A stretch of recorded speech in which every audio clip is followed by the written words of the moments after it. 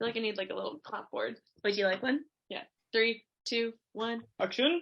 Hey, what's up, guys? MCREY sisters here, and we are joined by Karina Strack, who is our first sponsored racer. Woo! So, you know, we're really excited to be able to support Karina in her racing career, I guess you could call it, and we both feel very similarly about the mission of just empowering women to feel confident in the off-road industry, racing industry, getting out there on two wheels. So we're super stoked to be able to talk with her today and give you guys a little preview, little glimpse of why we wanted to partner with her. And hopefully, you know, for the long haul, we'll be able to build something pretty special. Yeah. Well, let's get down to it. Yeah. So, Karina, wherever you want to start, we'd love to hear more about like your childhood, how you grew up, what moments like brought you to who you are today and brought you to dirt biking. Sure. So I am 28. I live in Princeton, Wisconsin, which is pretty much central Wisconsin. But I actually grew up in the Philippines. I lived there till I was just about 8. 2 weeks after we moved here, I actually turned 8, so I was about 7 and just about 8. It's been such a cool transition too, like going from to middle of Wisconsin. Yeah. I feel like you could not have afford worse. Yeah, so my dad actually had come here like 2-3 years prior to us coming. So he had left and like stayed with my aunt and pretty much took the first job that he could take. My parents like spent their whole life savings to get us like citizenship and get us tickets and all of this stuff and all the stuff behind the scenes. So we came here from living in a house with like my whole extended family, both my grandparents, aunts, uncles, cousins are all the time, to just like a 2-bedroom apartment with my parents and my siblings. So that was for sure a change.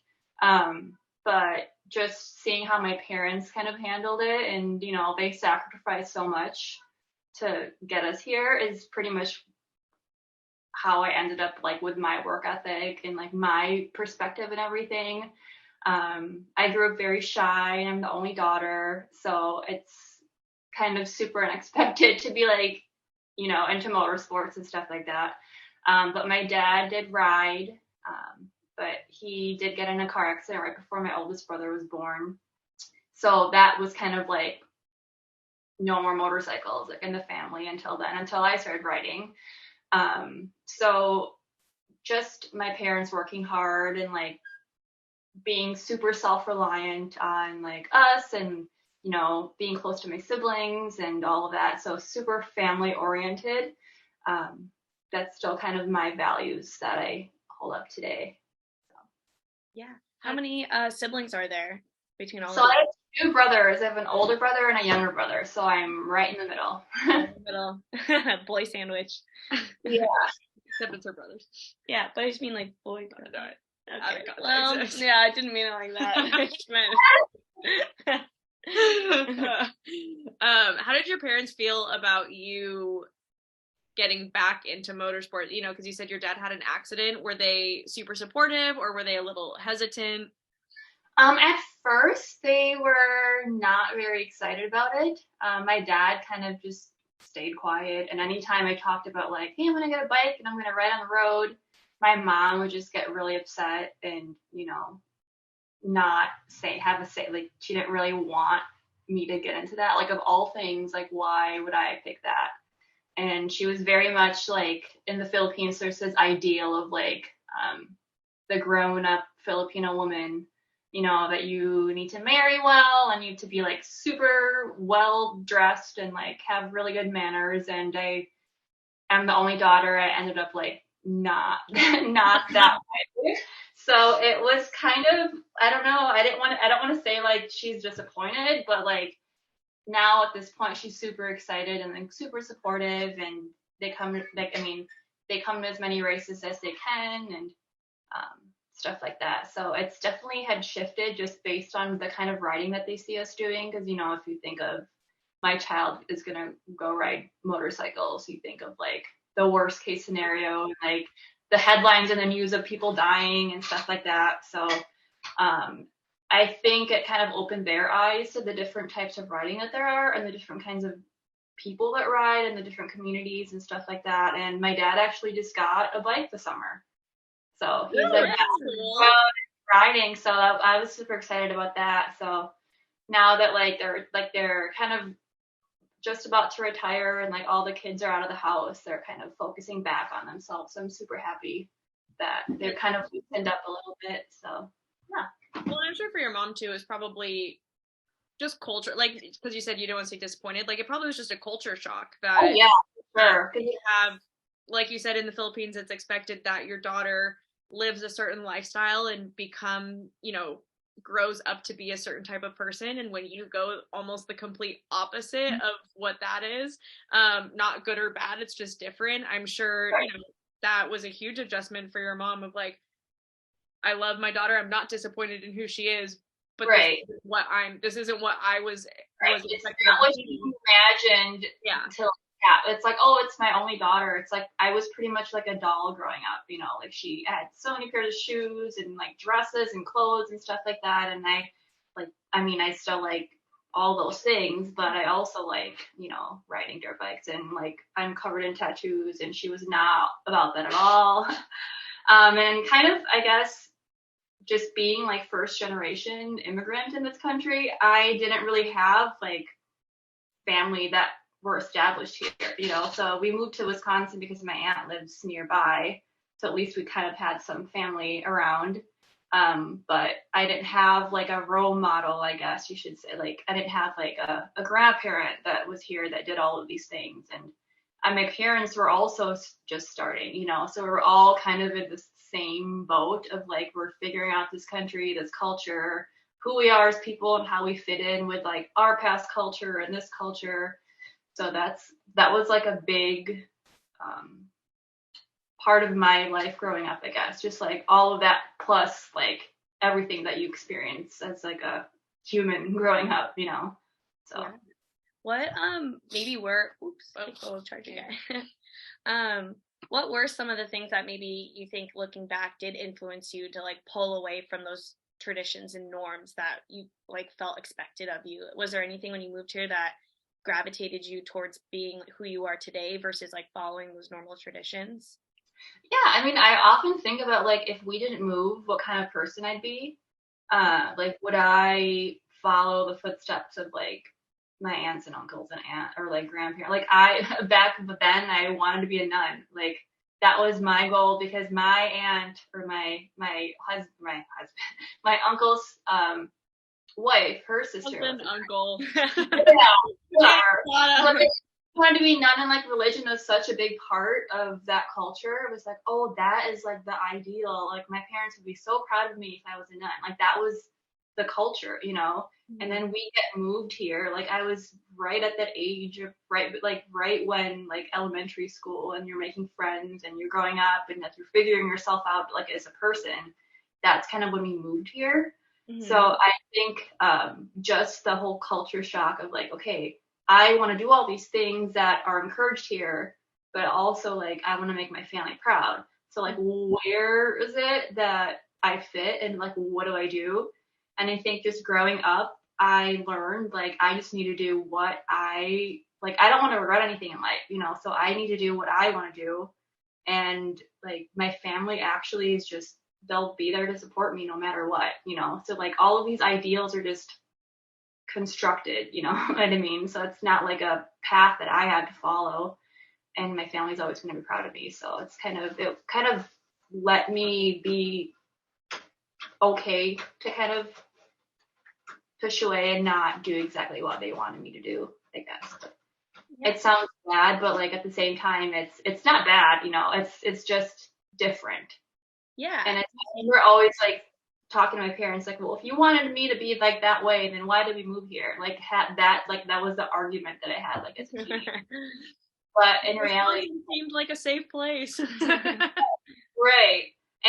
But then it's like, okay, they're seeing that like I'm a strong person and I'm independent, and I'm like learning so much more than just like what they had thought this sport is. So I think overall it ended up being like a good thing. Yeah. They're just happy that you're you. Yeah. And always like scary for like a parent to be like, okay, I'll let them choose what they want to do, but you kind of also have to figure it out on your own as an individual and an adult. So totally. Yeah. I can't even imagine. I'm not ready to be a parent, make those decisions. Oh, I know. I'm not. Like, I want to go outside. I'm like, are you sure it's too cold out? I can't even imagine like having my own child and like, especially like my parents' shoes of coming to a whole new country when like you leave your whole life behind. Yeah. So extremely brave. Yeah, for sure. We talk about we think we're brave, which we are not, but like we're brave for like quitting our jobs and starting a company, but I'm like, to leave your whole family and culture and everything and the language and money barrier, like literally everything, to go to a new country where you don't understand the language, don't know anyone, don't know what's going on like that, and to then raise your kids and almost yourself in a new culture. That's so brave. That's really awesome. Yeah. Right. And it's like the older I get, the more I realize like, wow, like I'm like almost, I'm like the age where my parents like had kids, and I know they planned this for a while, and I'm like, were they thinking about that already? Like at my age, and I can't even like figure out what to eat for dinner every night, I can't even imagine like having to plan all that. They weren't much older than I am now when we first moved here. So it's like, how does one person even handle that? So it's grateful for sure. Yeah. Well, I think it definitely shows in who you are and how you carry yourself and the things that you're doing in your life. So it's really awesome to see, where that came from, and then to see you now and helping, maybe not in the same sense, but helping other people in your community. So I guess, to kind of use that as a segue to transfer, segue to transfer, segue. Back to baking. So tell us, I was talking about races. Tell us about what racing looks like in Wisconsin. We'll start with that first, and then we can jump into like the races that you're putting on and what you're trying to do specifically for women in the sport. But what is racing like in Wisconsin? Because from what we've learned, it's very different than racing California. Yeah. Yeah. So it's kind of a nonstop thing. Like right now, and spring, like I'm guessing spring at like March to like probably end of May, maybe a little sooner depending on when it gets warm and dry out, and like now till maybe mid January is like this break, is when right now it's too warm for ice to form and it's too cold to ride outside. Actually, it snowed for the first time yesterday and the day before. I'm so jealous. Yeah, so it's like it's this lull spot, like these two lull spots in the year where it's like, okay, now I can like get our bikes ready. Like by the time you like get everything, like get your ice tires switched over and like get all your cold gear out and plan for all this and that, it's time to ride again. So usually summer starts at like June. So we have like flat track racing, hare scrambles, like just the regular summer sports, like everything is out. We ride trails, and flat track is a big thing that we do. There's several races throughout like the season. So that's pretty much our biggest focus in the summer. And then in the winter, we do a lot of ice riding, and there's also some ice races. So there's, pretty much all year round, your life is revolving around either riding or prepping to ride, Yeah. So it's, I don't know how the weather works with you guys. Like, do you guys get to ride all year round or not really? Not really.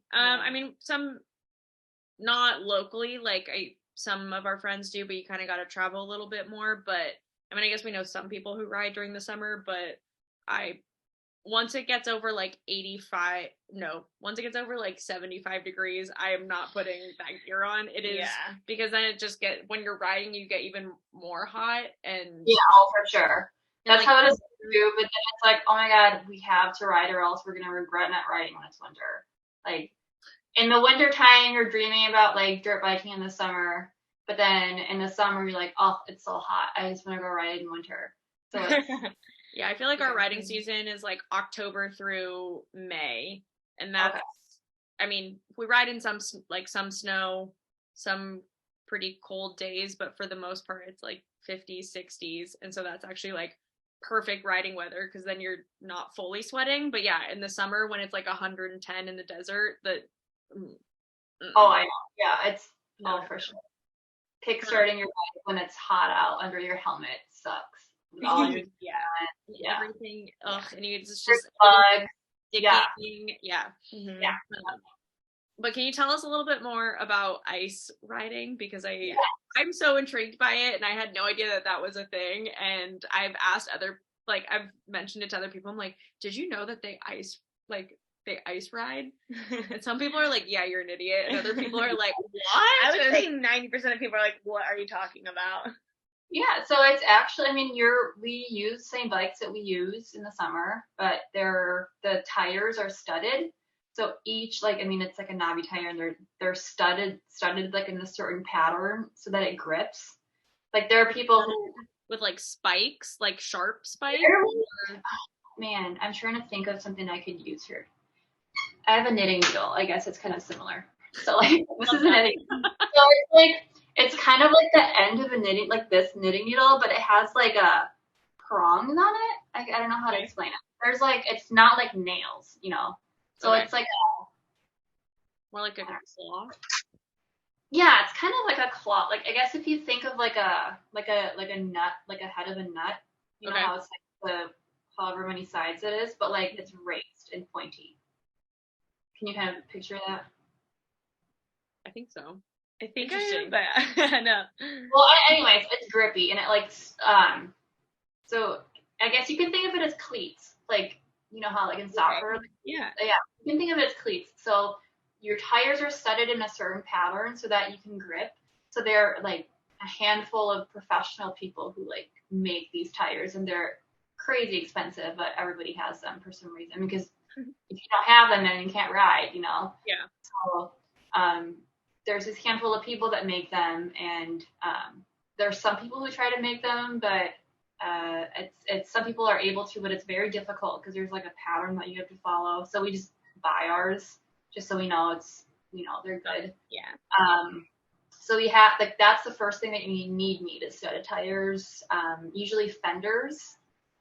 When you're racing, especially, they require to have fenders that cover the tires because if you fall, that could shred up someone's leg, with all the studs in the tire. So that's one thing that they require. So does the fender go? Because we have fenders on our bikes, but they're obviously short, relatively short.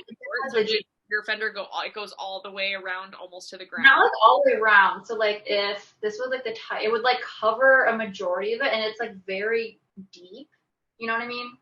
Yeah. It goes the majority of the tire. So then if it's if it falls and lands next to you, it's protecting whatever around it. Plus it protects the studs from getting damaged. Plus you're getting shredded up or whatever.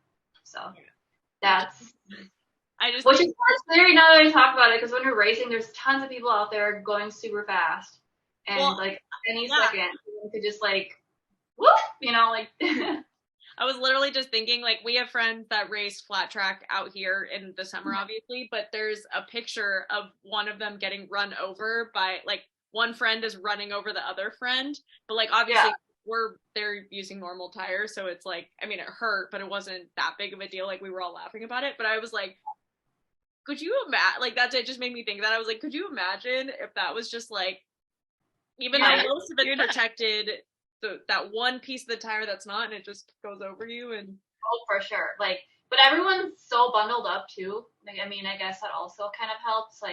Usually we have to wear super thick bibs with leggings upon leggings and leggings under it, and as many layers as we can, and still comfortably move.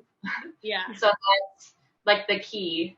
And then there's some heated stuff that we get heat that you get these handlebar gauntlets that go over your handlebars and your hands go in it. So when you're riding, the wind doesn't frostbite your hands, because that happens really fast. Because if you're riding, you could stand there and it's cold, but when you're moving, the wind is impacting your hands. So that's the first thing that gets super cold. That's usually what gets people to stop riding, is because their hands are just they can't hold on. Because I mean, I know it gets cold in Wisconsin, like obviously it snows, but like what temperature are you guys riding in? Like, are we talking like? I mean, it's cold. Like, it has to be cold enough for the ice to stay frozen, but like, it really depends. Like, the weather here is crazy. Like, it could be 35 one day and then all of a sudden like -10.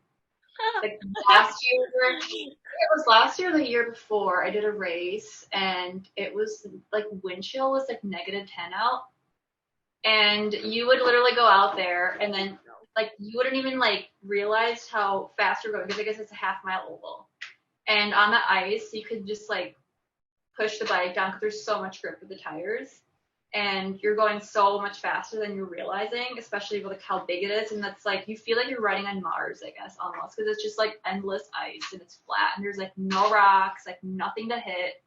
It's honestly like the perfect place to like try, like to learn how to ride. It's like people are intimidated by it just because it's like, oh, it's ice. Like, I don't want to fall through the lake, but like, it's not. Like, the ice gets to be like, like over a foot deep. It gets deep.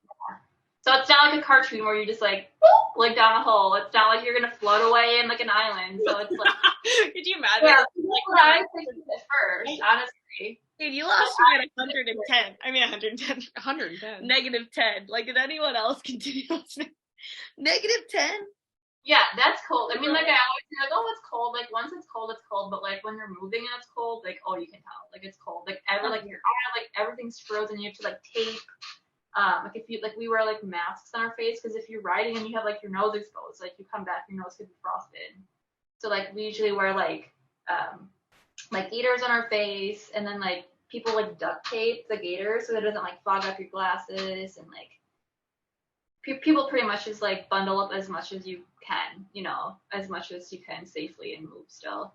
But that is what you gotta do, yeah. Yeah, that is so freaking cool. We would love to do that one day. I mean, we gotta do it. Yeah. I know. That's just, it's like so different from regular. I mean, it is the same but different because it's like we build a lot of skill. Like, I mean, I got really comfortable with riding a bigger bike, like from riding on ice, because you can trust the ice a lot more than you would be in dirt. Like, it's so consistent. Like, it's ice. It's not like, oh, there's a slick spot here or like a wet spot there. Like, it's just consistent, which is great. It's true. It's actually, yeah. All right, we're gonna come visit. Okay. We're gonna try. We're gonna give it a go. Yeah. It's really fun. Yeah, that has to be such an incredible experience. I mean, oh yeah, for sure. Sounds amazing. So tell us a little bit about some of the races, that you've been working on or that you've put on, and especially like if there's any for women specifically. Yeah. Also, like what made you want to be involved in doing that and like giving back to the community in that way? Yeah, so this year actually started like a women's mini class because a group of us, we ride like mini bikes like TTR 125s, XR 100s, TRZ 125s. Sorry, my cat is literally on it. That's okay. So we just like, I mean, that's how I started riding and getting comfortable with like on a small bike. And I really wanted like a class or like a race class at least. Okay. I love that. I just love the tail going back and forth. So I pretty much just wanted like a class or like a race that people like me from like 3-4 years ago would have been okay to join. Like I just saw there was a gap in like new riders and like getting into racing, because it's super intimidating, especially like, I mean, we have a beginner's class, but you're still lining up with like 450s and, if you're just someone who just wants to see what it's like to get out there and ride, like there's not really a place for you unless you know somebody with a track, which are like super few and far between. Like, I mean, we're fortunate enough that we know somebody that we could ride like every weekend. So it's just getting that group of people out there, So there's a club that we race in. It's called Beaver Cycle Club in Beaver Dam. And they were open to trying it out this year. So we were sponsored by Southeast Sales, which is like a motorsports dealer here in Wisconsin. So they sponsored us for this year for the first time, and we did get a lot of new riders. Like people were super open to sharing bikes and encouraging people out there. Like I was just happy to be able to get it together for everybody and like have that opportunity for those women to try it out. And like, you know, they're like, when I first posted it online, like all these moms or like race moms, like all their kids are out and husbands are out racing. They're like, oh, I want to try that. That sounds fun. You know, like just having that as an option, even if they don't race, just like having the option of like, hey, that's a class that I could join without like freaking out about it. Yeah. So that was really my goal with it, and just to get, you know, new women out and women riders. And mini bikes are always way more less intimidating than like a big bike. Oh yeah. Yeah. Especially something like that, if you're just starting, you don't want to freak yourself out right away. And I feel like everybody has a pit bike to share. Like people are, you know, like that's one thing about motorcycle community that I feel like people really have like the wrong impression about, where it's like they're super standoffish or whatever. But like everyone is super giving, and like they're willing to share anything and everything, you know, as long as you're lost, because they want people out there and like to try and ride and whatever. Yeah. So that was one thing that we did. I also help out with the RGN series, which is a regional grad national. So it is a race series that was started in 2004 or 5 by like one of the local motorcycle people here. And it pretty much was a race that the goal was to get like whoever the best of the best was in like every discipline. So we'd have like hare scrambles, flat track, drag races, hill climbs, motocross. What else did we have? We had like a trials run also. I think I'm forgetting a few other ones, but like pretty much we have a district race series here. So we try to cover all the different types of racing. And people would get awarded if they like would do it on the same bike, which was kind of fun because like some people had like the people were super into it, and like they had different tires to switch off of like one bike that they had. But it was just to get people to try different types of riding that they originally like usually wouldn't, you know, try. Like I tried my first hare scramble this year. Like I would have been way too scared to try it if it wasn't for that series, you know. And it's just that, and like racing with your friends and like getting out there, and usually like after we have like a group chit chat and we like hang out together. So that's really like the whole community thing that we wanted to build, you know. So that stopped for a bit and we started again. We're planning on starting it again for the next season. So we're super excited about that. So yeah. So, and I mean, just being a woman on like the helping organize it kind of helped, like, okay, so I'm doing it, like it's okay, like yeah, like kind of you're like afraid to talk to the guy, you know what I mean? Like yeah, just be that person that somebody who would probably be too uncomfortable to try, or like even just ask questions, you know. So that was what, like, I was super excited to be part of that, and like super happy that I could at least help and get that running again. So yeah, and remove some of those barriers, because like you said, it is really intimidating, and I think sometimes and guys, like, I don't think they mean to, but you know, you ask them a question and then they ask 50 million questions or go off on some tangent, and you're like, I don't know what you're talking about. Right, or it's like I always compare it to like me going to like an auto body shop, be like, what kind of this and that and other thing do you have there? I'm like, I don't know, like I just don't want to be like that, you know what I mean? Like that clueless girl. So to ask the guy like, what's my tire pressure or whatever, it's like they probably don't care, but like the barrier of that, just like getting to like feeling like you're not adequate, I guess, as a woman, is such like a big barrier that I felt, like even like talking about motorcycles, you know what I mean, or like riding them and just posting about it. Like I didn't want to be like, oh, why is she posting about this? Like 100%. She just started like that is such like a big, you know, thing that a lot of people feel. But no, I mean, we get it because we experience that all the time. Even now, like people coming up to our booth and asking us questions about racing and our bikes and all this stuff. And even though we'll say we don't know, like we're very honest about what our riding ability is and what our mechanical ability is. And, you know, we just say like, oh, we don't know. And they'll continue to ask questions. And I'm like, I just told you I don't know. And like, and then continue to like talk about it. And we're still standing there. We're like, we still don't know. But at the same time, you know, it's like, just because we don't know those things doesn't mean that we're not adequate enough to start a company and support women getting involved and encourage more women to do more in the industry. And I think that's something that we've had to overcome a lot. Not honestly, probably more so on a personal level of like almost that imposter syndrome that because we're not the most knowledgeable, like supercross professionals out there doesn't mean that we can't open a door for other people to get involved in the sport. Yeah. Right. Just because you're still learning, like, I mean, you're always going to be learning. It doesn't mean that not like welcome to do it. You know what I mean? Or like, oh, this isn't for me. Like, this isn't my place to do this. It's not like that at all. You know, to just at least being that person that maybe somebody else like who would be afraid to ask to like come up to you and like just ask a question, because that could be like, I don't know, like I'll ask somebody else if I don't know either. You know, like I'll ask for you. I'll look like an idiot for you. I don't care. Like especially at this point now that you know our confidence has grown a little bit more too. That I'm like, oh yeah, I'll go ask them. I don't care if they look at me like I'm dumb. I'm like, because I am. And I think that's like something else women need too. Is like, I even feel afraid to say I don't know, but I'll see someone else being like, ask them a question. They're like, I don't know. Who cares? I'm like, wow. Like honestly, watching someone be confident enough just to admit that they don't know, but are willing to hear the answer. Like, I don't know. Why don't you tell me? Like, please tell me that answer. I don't know.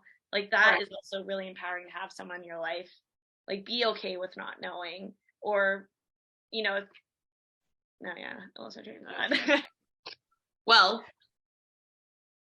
women in the industry, and I honestly feel like this is the perfect segue, word of the day, into the final question that we had. I know we could go back to that one, but if there's a woman or young girl listening to this interview and afraid to get involved in dirt biking, what would you say to her? Kind of like what we've already covered, like back to what we were covering, like that community is so giving. Like they're super excited about anybody. I mean, I guess I'm just saying for my group of people that I know, but like anybody new is like, I mean, borrow a bike, borrow gear, like tell me what you need. Like I'm more than happy to help you with anything. Like that is pretty much everybody, you know. Like I've seen it so much with just like racing locally, like someone's bike breaks, like someone's already over here, like pushing a bike over that you can borrow. Like there's people are so like they just want you to get out there and like do it, you know, like just be part of the community. Everyone is so open to accepting anybody. So that, you know, just knowing that and reminding yourself that it's not as scary as you might think it is. You know, I mean, like you're just scared of something that you made up in your head when you don't really know. Like just go out and ask somebody, or like do it with a friend, I think is like the best thing ever. Because I mean, if you can't find your own group of people, maybe you have a friend who's like would do it with you, you know, like just having that person that you could like lean on and do things together, or like progress together, ride together. I mean, it's always good to ride with somebody also anyways. So that I think would be my advice, is just to do it. And also what I've learned, at least like moving from bike to bike to bike, is start small. It's super hard, I guess, as like a person who didn't start when they're 5. Like I started when I was, 24. Just starting from like a little kid's bike. Like I rode an XR 100 for like the first year of me, like just learning, so ride something that you can control, that's not going to control you. Cause I think it's so easy, especially like at that stage where you're just learning everything and everything is hard. And especially, when it's something new, you just want to be good at it immediately. Cause you see all these people, like they're hitting jumps and they're going fast and like you're hitting the same turn as them. And I'm like, why can't I do it like that? Like, I just want to do it like them. And it's super easy to get frustrated, which makes it not fun anymore. And like, I remember like when I think like that, I'm like, why am I doing it if I'm not having fun? Like there's always that mental block. Like you'll probably, like everybody will have that, like that barrier of like, this is where I want to be, but this is where I am. And how am I going to be okay with being here until I get here is like the biggest mental, I guess, fight that you have with yourself. Because I mean, riding is a very personal and individual thing. Even though you are part of the community, it's like very individual because you're not talking to anybody. You're on your own bike, like you're controlling your own bike, Yep. So it's. I mean, you don't really realize that it's very like an individualistic sport. Mm-hmm. Even though it is a community sport also, but like overall, that's why I like doing it, because like my work is very stressful, and I see it as like almost like a meditation where, I mean, I still get to hang out with all my friends, but also when we go out and ride, I'm in my own like zone. Like I'm thinking of what I'm doing, I'm talking to myself in my head, like I'm focusing on like what's in front of me and not like the million things that I think I have to do still. So that's like one thing that I think a lot of people should realize, and like it's such a, I feel like that's what people don't, like people need that, you know, like just to shut everything off and like have a hobby that you do that. So just thinking of that like as an end goal and like kind of sticking with it, and just don't give up when it's hard, because it's going to be super hard to just not be like, well, I don't want to do this, you know, especially if you're starting later in life. It's going to be like, well, I don't need this. I've gone X amount of years not doing it. I'll just go do something else. It's easy, you know. Or if you're younger, you know, I'll go pick a different hobby. But it's definitely ends up being a very rewarding sport that you could do for a very long time, you know, probably for the rest of your life if you are lucky, you know. If you don't have to be out hitting jumps all the time, like you can just put around and like be out in nature. Like it's, there's right so many, yeah. Right on pace. Yeah, totally. And then find a bike that fits you, because it's so easy to be like, okay, I want a 250F because all my friends have a 250F. Like that was a struggle that I had, because I moved up from like a small bike right to like a Husky 250. And I loved that bike. I ended up really liking it, but it just was not the bike for me. But I just wanted it to work so bad, because it's like, well, all my other friends have, you know, this bike. Yeah. I need to be able to ride this bike. But it's like, no, because if you're doing that, then you're not riding as well as you should. You're not learning anything, because you're just like, it's just not, you're not vibing with the bike. So it's okay to just like, okay, I need to step down until I build these skills to get this bike. Like there's so much of like your own ego talk and like self-conscious talk, I guess, with riding, which is like something that I didn't really realize. But it also brings on a lot of like mental toughness, you know, because you do have to work through all those like personal barriers and, you know, self-talk and just all of that.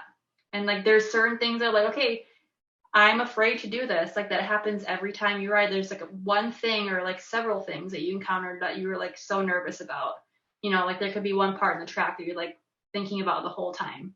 Like it's just like a 5-second thing, but you could be thinking about it the whole time. So it's like, what other hobby in your life, like at an older age, do you have that you like are constantly challenging yourself?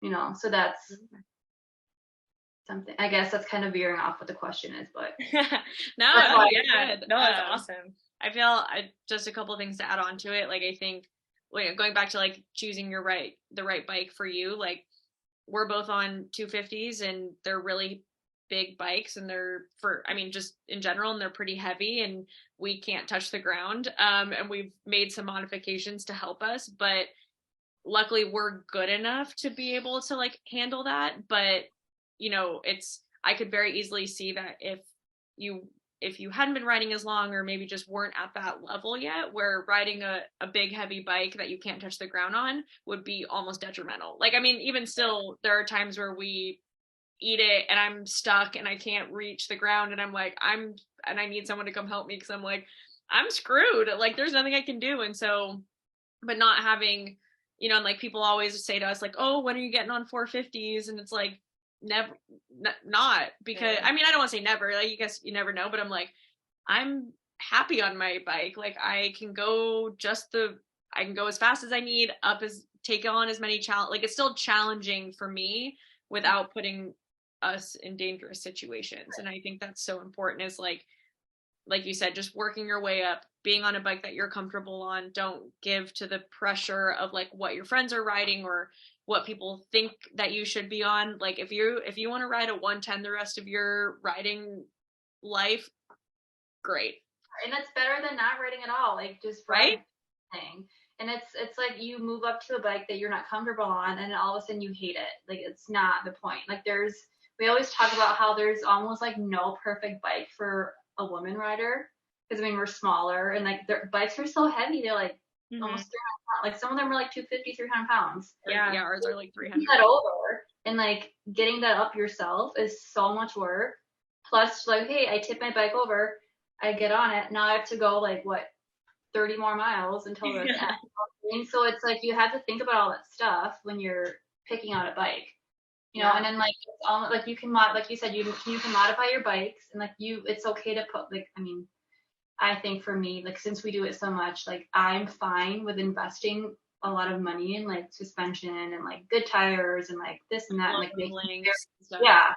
So, because I know I'm going to use it all the time. So if that's something that you're going to use, like it's almost like an investment because you need this bike to, you know, accomplish all these other things. You know, it's crazy because it's like, why am I going to spend all this money on the dirt bike? But it's like, it's not just the bike. It's like the experiences that you have, like the goals that you accomplish, like the self-confidence that you gain. That's all wrapped up in that, you know. So it's very important to pick, I guess, like a bike that works for you, whether that be like a trail bike or 2-stroke, 4-stroke, I don't know. And like sitting on and like trying out different bikes, I guess, like as I was progressing, because I didn't get my own bike until last summer. Like, I was always just borrowing bikes. So I think borrowing actually helped me a lot just because I figured out what I liked and what I didn't like. Like, I know at this point I don't want a 2-stroke, but I guess I've never ridden a 2-stroke that I like, you know what I mean? But who knows? Like that could be my next bike, but it's just, you know, find one that works for you no matter what it is. Like it's your best friend pretty much, you know, if you're riding all the time, like you need it to be good for you. Well, thank you so much for taking the time to chat with us and let our viewers, all of our followers, get to know you. And we're so excited. Well, maybe we'll keep doing. It'd be cool if we kept doing like little, not little. That I hate that word. Doing check-ins. Yeah, like kept doing interviews with like different questions at different parts of the year, and if did a couple more of these, I think that'd be super fun. Yeah, sure. Alrighty. Well, I don't know. Do you have anything you want to add? I was like, you don't have to add anything if you don't want to, but not that I can think of. No. Stay tuned for ice content. Yes, please. Yes. Very excited for ice content. We have a group chat of all our friends, and we're talking about like, oh my god, the lake has this like a skin of ice now, like the thinnest layer, but everyone's freaking out about it. Like, oh, there's ice skin on the lake. So we're like super excited about that. Hopefully sooner rather than later, but we'll see. We love that. Thank you again. Yes. Have a good night. Thank you.